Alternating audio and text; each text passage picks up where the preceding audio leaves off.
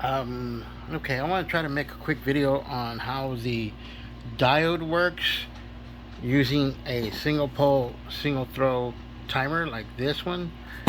But I'm going to be using this one because I don't like these too much. You have to use connectors, spade connectors, instead of just putting wire in like you can do here. They're harder to mount. I have mounted them, but you got these little bitty screws here, screw holes I mean. I do put them on some plastic. These are cutting board squares, and I put a clip like this on there on the back to mount them. I do not like not being able to mount and dismount things. If you don't do that, you can use a piece of wood and mount them somewhat like these timers on the bottom, and put some cleats that slide in and out of each other so you can mount them and unmount them, so you're not having to sit there or stand there in front of a wall trying to time to program the timers. And that's about it on that.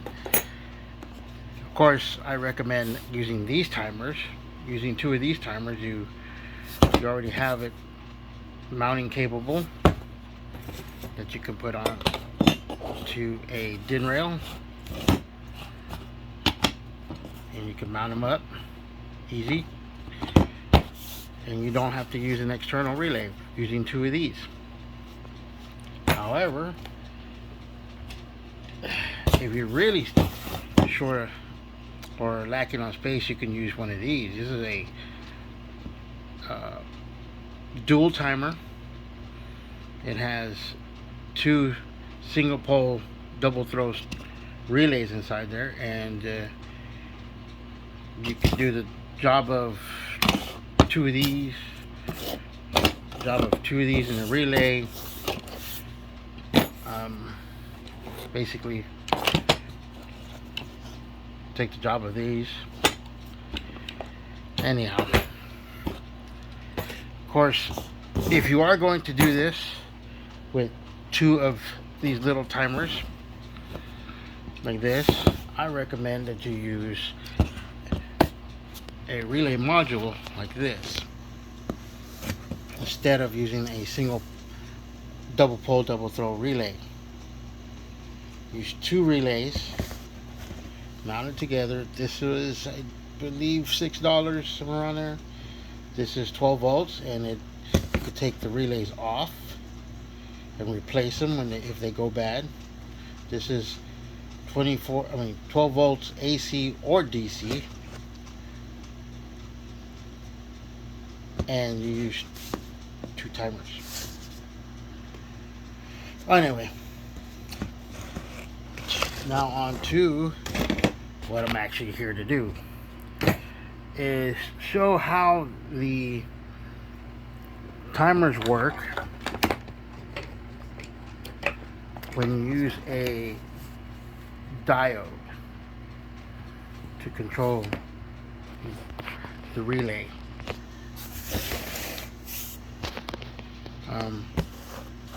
Pay not too much attention to this relay because this is a triple pole triple throw relay, and it's meant to do a safety feature so the chickens don't get crushed. I have videos on that, but so there's a little bit extra wires here. Now, just to show you the relay, the diode down here, it is very simple. This is basically the same thing as these type of timers, that it's a single pole single throw switch. Okay, now what happens during the day, you turn this switch on,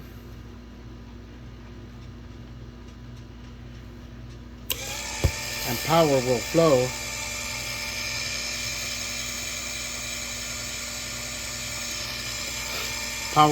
from here in through this, the yellow, and it activates the relay coil, which reverses the polarity. Now back down to here, the power also flows from here through the diode to this green line, or wire, I mean, to the power for the actuator. Again, I said there's extra wires here because of a different system. Pay no attention to those. So power flows through the relay and to the actuator. So again, power will flow through here, yellow, to the relay coil. Power is also flowing from here to green for the power for the actuator. Now, if this were to turn on, nothing would happen because power is actually still flowing from here up into here, which is the same power as flowing through the whole thing. So there's nothing to worry about there.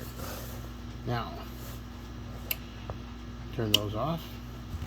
What happens when you turn this power on by itself? Well, the actuator starts going down. Why?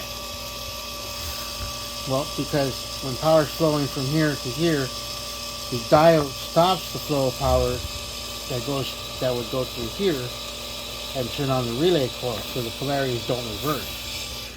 So you're basically just coming voltage through here, stops here, goes to the here through the relay that is not reversed, and it goes up there into the actuator, and that's how it works. I will post a diagram to that, and if you want links to any of these other parts, I can send them to you. One last thing, if you have the ability or the chance to get these type of octal relays, they are a lot better than trying to use these little guys that you get from Amazon, the little cheap ones. These are not that much more expensive, but they are more expensive. But being able to wire them without having to disconnect these top ones to get to these bottom ones is so much better. And they have them like this too, which is actually this one.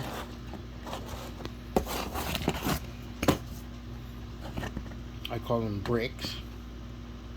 They look so much better.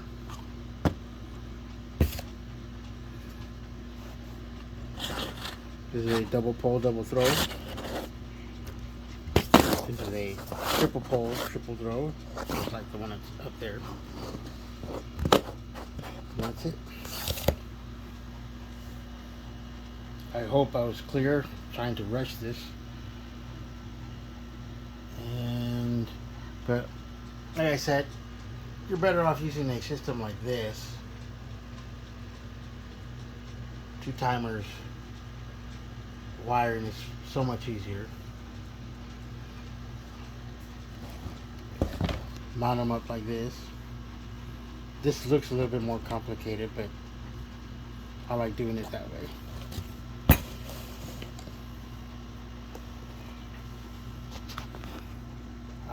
Again, I hope this wasn't too jumbled up and rushed.